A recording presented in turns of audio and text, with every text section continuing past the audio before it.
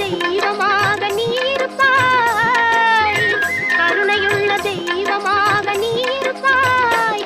நாங்க கொண்டாடி வந்ததற்கும் பலன் கொடுப்பாய். ஈஸ்வரியே மகமாயி